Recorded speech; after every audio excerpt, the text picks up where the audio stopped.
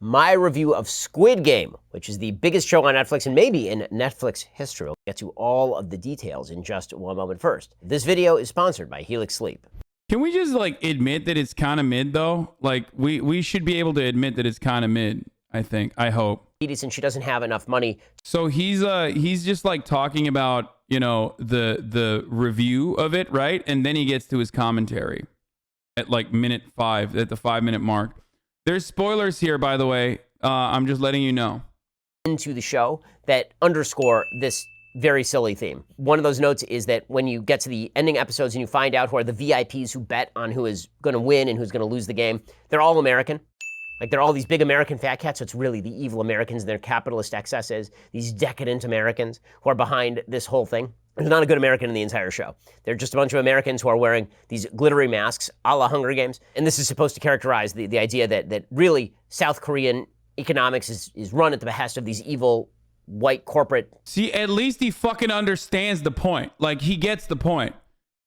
That's the difference, okay? He gets the fucking point. That's what I was trying to say. Tim Pool can't get the point. Ben Shapiro at least understands the point. Paymasters. The biggest spoiler, of course, is that the person who's heading up the Squid Game is the old man, right? So the old man is playing, and it turns out that he's playing out of fun. He's not actually playing because he is worried about dying. He does have brain cancer, that part's true, but he's the head of a major corporation. He's a very wealthy industrialist, and his entire shtick is that all of this is justified. Squid Game is justified because it is, in fact, more fair than the actual capitalist economy that is in place in South Korea. Okay, this is a very silly view of capitalism. Capitalism is literally predicated on the notion that you do not get something unless you give something to somebody else. Right? Oh my God, he's dropping Hayek in there. I already gave a spoiler warning. I literally said there would be spoilers. I gave a spoiler warning. I don't fucking care. As Hayek was fond of suggesting, the basic premise of capitalism is that you are forced to do something you wouldn't have normally done for somebody else because you need something from them. Trade ennobles. Trade is good. But for people who don't... Yeah, whereas communism is not built around division of labor at all. There is no... Or anything like that. Or socialism, Marxism. Marx famously never talks about capitalism. For those of you... he never wrote an entire book about capital. Or talked about capitalism at all in any meaningful capacity. As, that's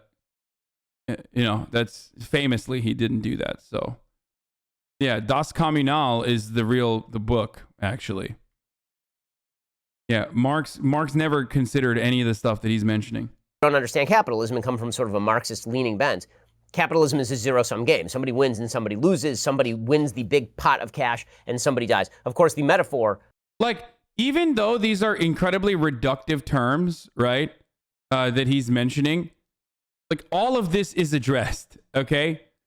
Every single thing that he's mentioning is addressed in Das Kapital. Every single thing that he's mentioning. Even if he's talking about it in really reductive terms and doesn't talk about the relation that workers and capital owners have, the different kinds of relations that workers and capital owners have to the means of production and how commodities are produced. It's silly. It's silly bit shit. Inside the Squid Game is supposed to be that if only the population sees the means of... Yeah, by the way, yes, I'm spoiling Das Kapital. Sorry. Production through majority votes, then all of this I gotta pee. I'll be back. Usher in a new and better world, right? All it takes is a majority vote to stop this terrible system where some people are being murdered for the benefit of other people. Okay, but that assumes that economics is a zero-sum game, right? Which it is not. It assumes that capitalism is a zero-sum game, which it is not. We'll get to more on this in just 1 second. First, I need my Helix Sleep mattress. I really, really do. Helix Sleep has a quiz. It takes just 2 minutes to complete. It matches your body type and sleep preferences to the perfect mattress for you. Why would you buy a mattress made for someone else? With Helix, you're getting a mattress you know will be perfect for the way that you sleep. Everybody's unique, and Helix knows that, so they have several different mattress models to choose from. They've got soft, they've got firm, they've got medium mattresses. Mattresses great for cooling you down if you sleep hot. Mattresses great for spinal alignment to prevent morning aches and pains. Even a Helix Plus mattress for plus-size sleepers as well. I took that Helix Sleep quiz. I was matched with a special mattress. Actually, it has a couple of different sides because my wife and I got an all-in-one mattress, and she has different sleep settings than I do. You can do exactly the same. So if you are looking for a mattress mattress. You take the quiz, you order the mattress that you're matched to, and then it shows up directly at your door, shipped for free. You don't even need to go to a mattress store at all. Helix is awesome. You don't need to take my word for it. Helix was awarded the #1 best overall mattress pick of 2020 by GQ and Wired magazine, and they've been recommended by multiple leading chiropractors and doctors of sleep medicine as a go-to solution for improvement in sleep quality. So head on over to helixsleep.com/Ben, take that 2-minute sleep quiz. They will match you to a customized mattress that'll give you the best sleep of your life. They've got a 10-year warranty. You can try it out for 100 nights risk-free, so even if you don't love it, you can send it back, but you will. You're gonna. I'm sorry that you guys were forced to see fucking Ben Shapiro's ad read, but your clickbait. What? Why is this just say Hasan Piker? Dave Chappelle slams Hannah Gadsby and makes 3 demands. Hasan Piker, Kyle Rittenhouse, victim ban. What? Why does he make it seem like I'm one of the demands that Dave Chappelle made? Love it. Helix is offering up to $200 of support or immoral. Rich of Parasite is that the poor people in Parasite are supposed to be sympathetic, but they literally do nothing right, and the rich people in Parasite are supposed to be bad and therefore worthy of punishment, and they literally. Wait, what? Parasite is literally about how the working class fights amongst itself. Like, Parasite, the whole point of, okay, well, maybe he doesn't get all the fucking, okay, maybe he doesn't understand all subtext, especially if it's not like directly in your face, like, Squid Game was. Because the point of Parasite is that the working poor are incredibly combative against one another when and fight against solidarity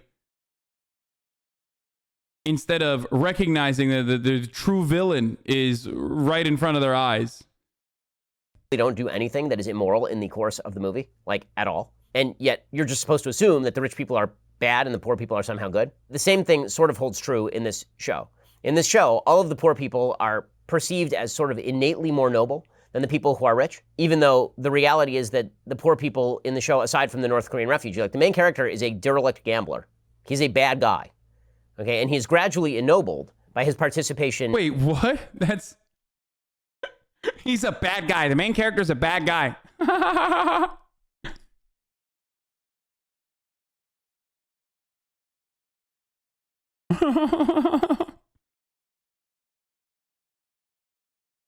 No, he's a degenerate. He's not a bad guy. How the fuck did you watch Squid Games and come out with the fact that he's like a bad person? He has vices just like every other human being does. Ultimately, one of the points is that, like, he's a degenerate, but he's not a bad person. He's a good person in the end, despite like his flaws. In the game is sort of the idea, but all of the characters who are seen to participate. This is good. This is a good take from Don Quixote. Ben Shapiro oh wait, no, not that one. What the fuck? Oh, Zony66. Sorry. It gets at the heart of Ben's take that poor people are fundamentally bad. Exactly. He's bad because he's poor. He's poor because he's bad. Poor people are bad. In the capitalist system are, of course, very, very bad. And so that's the political take on the show. And it seems like that is the message that is now being exported by the South Korean film industry. Wait, what? Who are seen by his participation in the game is sort of the idea, but all of the characters who are seen to participate in the capitalist system are, of course, very, very bad. And so that's the political take on the show. And it seems like that is the message that is now being exported by the South Korean film industry. What? As far as the actual show itself, like whether it's entertaining or not, yeah, I mean, it's entertaining. It's definitely very watchable. It gets extremely gory. There's a very bizarre side plot about selling of bodily organs that gets really graphic and kind of gross.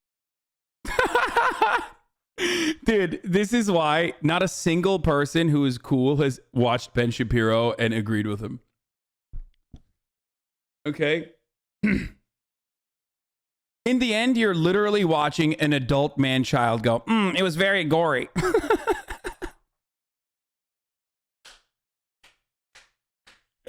It was very gory, and I didn't like it. I don't understand it. Why is there so much gore? I love that. It was yucky. I don't like that. Gross. I will say I thought the twists were predictable. Maybe it's because I've watched too many movies, and maybe it's because I've written stuff myself, but it's pretty obvious from the beginning. Yeah, Ben. Written profoundly important works like that novel. What was the novel he wrote about like Obama being gay and like secretly a bad guy? Like he wrote that spy novel. True Allegiance. Yeah. I've written stuff myself. Now, my grievance is against Hollywood for not allowing me to thrive in the industry because I'm conservative. Have nothing to do with, it's not because my writing was dog shit. It was because I was conservative that Hollywood did not, let me write my incredible works like True Allegiance. Getting that whoever is going to be leading up the Squid Game has to be an integral character. Otherwise, it has no meaning when you reveal who's leading up the Squid Game. So that means that it can't be any of the young people who get killed. The only person it could be, theoretically, is the old man, really. So I kind of called that one maybe 3 episodes in advance. And also, the other big I called it. mystery of the show is that you have a cop who's trying to search for his brother, who's supposedly been taken into the system, and it turns out that he is a part of the system. That, again, was not super unpredictable. But overall, if you had to rate Squid Game in terms of watchability and sort of addictiveness, pretty good show. I would give it maybe a 7 out of 10. In terms of politics, I give it like a 1 out of 10 because, again, the politics of it are so baseline Hollywood silly. They really make politics. I give it like a 1 out of 10. Yeah, why aren't there more movies about how, you should live in an anarcho-capitalist world that make it seem like an anarcho-capitalist world could be good? I don't know, because even like imagining a universe that is more capitalist than the one we exist in, it's impossible not to notice that like the inequality would be greatly exacerbated. Because again, the politics of it are... It's called Mad Max. Yeah, I know. That's why I specified. And said there is no like ANCAP work of art that shows it as a good thing, as a positive. An ANCAP civilization. Guys, I'm not saying there aren't ANCAP movies. I love ANCAP movies. I mean, Elysium is like literally perfectly describes like what an ANCAP society would look like. The point is, it's just never good, okay? It's not ever shown in a good way. And the reason for why it's not shown in a good way is because people recognize that it would... I already mentioned this. I mentioned the concerns. I already addressed it. So baseline Hollywood silly. They really make no level of actual sense. I presume they're setting up for a second season of Squid Game as well, because the season ends on a cliffhanger with the main... Yeah, this shit was so bunk, dude. I don't know. I think I predicted the Squid Game season 2 is going to suck, by the way. I think it's going to be a True Detective style flop. If I'm keeping it 100, I predict Squid Game season 2 is going to be like True Detective season 2 versus season 1. Main character basically deciding that he is going to go take down the Squid Game as opposed to leaving the country and heading off to America. So I'm sure that will be the second season. He will probably have to infiltrate, or he will have to figure out some way to enter into the system itself, which, I'll start to watch it for sure. But is it worthy of the sort of high praise that it's been receiving in some quarters? Probably not. Is it watchable? For sure. The Good. Compelling, well acted, well produced, interesting.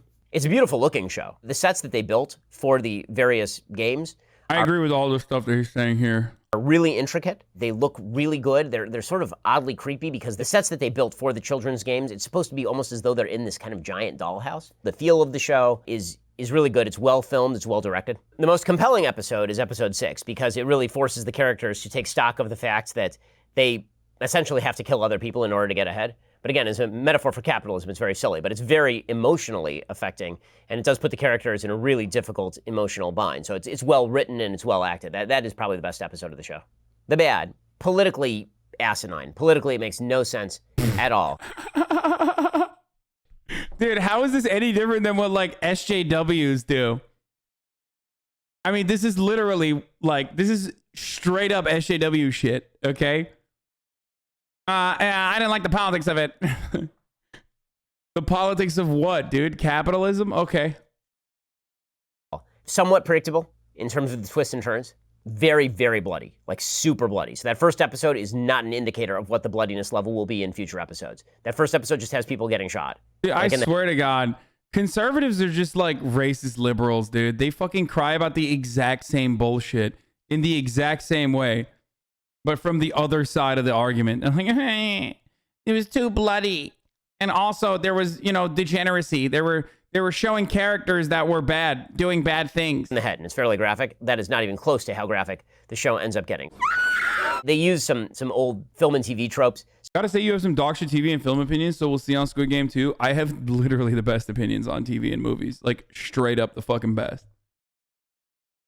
So bad guys listen to classical music. This is just a reality of the world, as we all know, is that all bad people listen to classical music. So that means that they're woken up to the Blue Danube Waltz by Strauss. And it means that the bad guys are listening to, you know, classic old jazz. You like jazz? So those are the good and the bad.